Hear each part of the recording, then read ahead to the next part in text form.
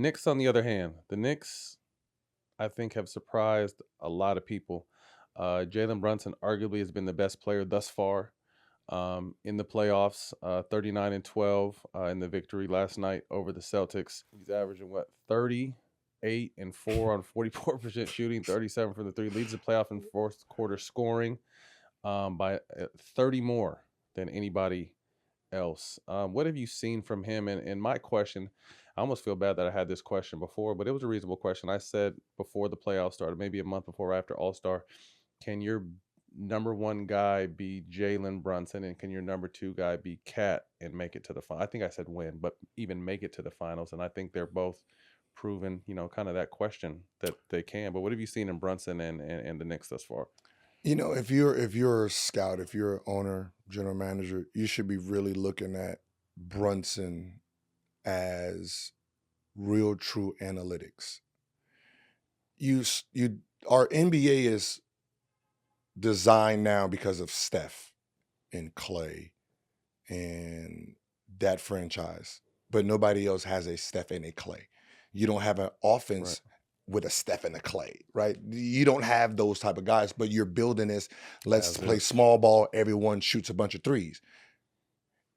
They shot a lot of threes, those two players, not the rest of the team, right? You have this analytic system where we got 53s, and that means everyone gets to take them. Everyone shouldn't be taking them. Yeah, that's not how it works. Sean Livingston didn't take fucking 6 threes, yo. Right? He played his game. Barbosa played his game. Iguodala played his game. Only those two. And then when Katie got those 3, did the bulk of the three-point shooting. Now you got 5, 6, 7 guys running around, touching the ball, just getting in the game, launching threes. That's Boston's system, right? And I'm looking at their games and I'm watching them when they do lose. I'm like, if you play against a team who plays regular basketball, right, where their main guy attacks the basket, plays the mid-range and gets the free throw line, and you be having these 10 for 60, these 15 for 45, you're going to lose because you don't shoot enough twos to win a game like that. And, I put it on Giannis. I said, if y'all play Giannis in the playoffs, you're gonna have one great shooting game, one great half, 2 horribles. You can fuck around, lose a series to a team like that. Then you go against Brunson, right? Which, let's be honest, it should be 4-0.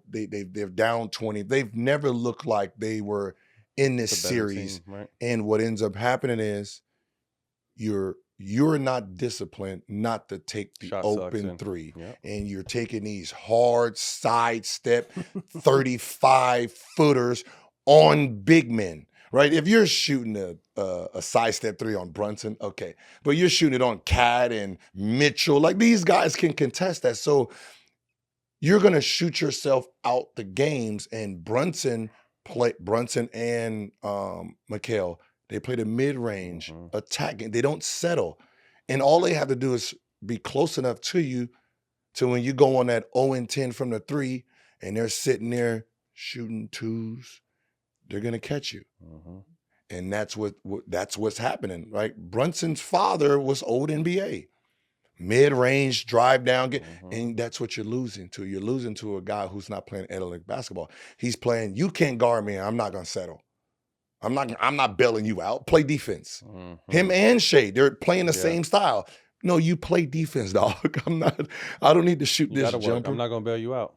I've never seen the NBA where I've never seen great players get a mismatch. Like with Tatum before he went down, you're doing a pick and roll and you have Cat on you.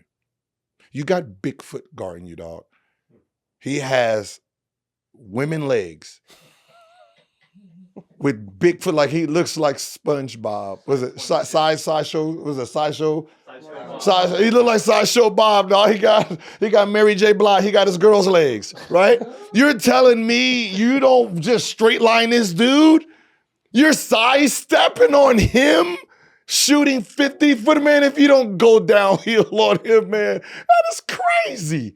He can't even turn that. They can't even turn that fast with his mama hips, man. That's crazy. So you said he's got his mama's hips. Yeah, I'm just saying, man. Girl legs. He got his girl legs and sideshow Bob feet, and you're shooting step back and you're 35 shooting footers. side step threes on that.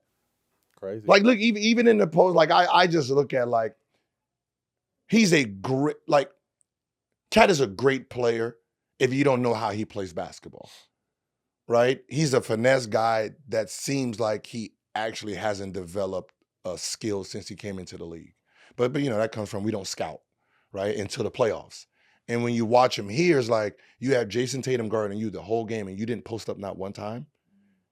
And then when you post up, you can't get around him. Right? It's do the same thing in Minnesota. You know what I mean? It's like, although he has been playing well in these playoffs, yeah, I agree with you. He's been playing decent, but you have a guy on you that is the best player on that team, and he don't want to get in foul trouble, right? So if you really start attacking him, they're gonna have to double to keep him out of foul trouble.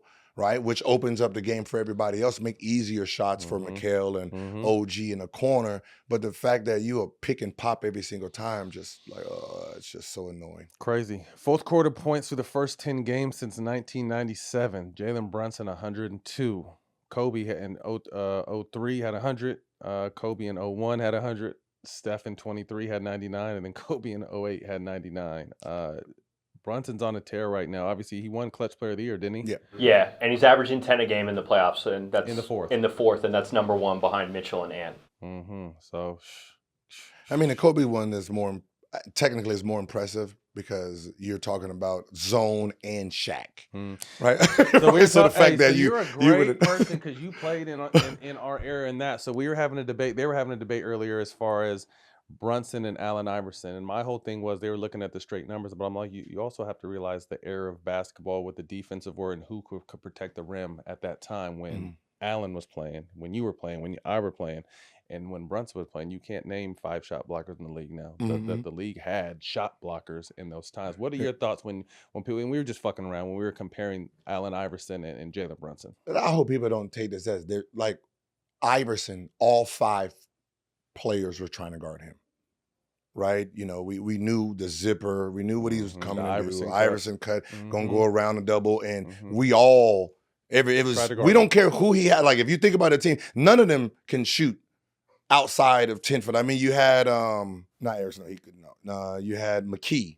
Corner threes. Yeah, you had him. We was gonna take 1 or 2 maybe a game. So for the most part, there was no. You wasn't spreading our team, team out, and he was still getting where he wanted to. That's how good he was. As a talent, Allen Iverson, more talented, more dangerous. But, Brunson has a skill set that is only given to certain type of, men. Jordan had it. Kobe had it. I think Brunson mentally is the closest thing to what Kobe was in the fourth quarter, right? No matter what happens, he can be 0 for 20. Next shot's the most in the last 5 minutes, you already know everything went out the window. It is different. He's going to go 4 for 5. He's going to put the team on his back. And it's hard to find that skill, right? And he's a guy who he has it. Like he is like what, when Dame was like fourth quarter bandit and hitting them big shots. That's Brunson. It's every game. It's like he does not fail. Like I don't care what he does not fail. He's never disappointed in the fourth quarter. No big game. Right? No matter what happens in them first 3, man, them last 5 minutes, that man shows up. And he's one of, I was talking about this the other, I mean, him and Steph's hurt right now. Who has you jumping outside out your seat down stretch time with the shots he's hitting, whether it be step back threes, mid-range, sit down playing off 2, like Brunson has completely taken over these playoffs, and I love it.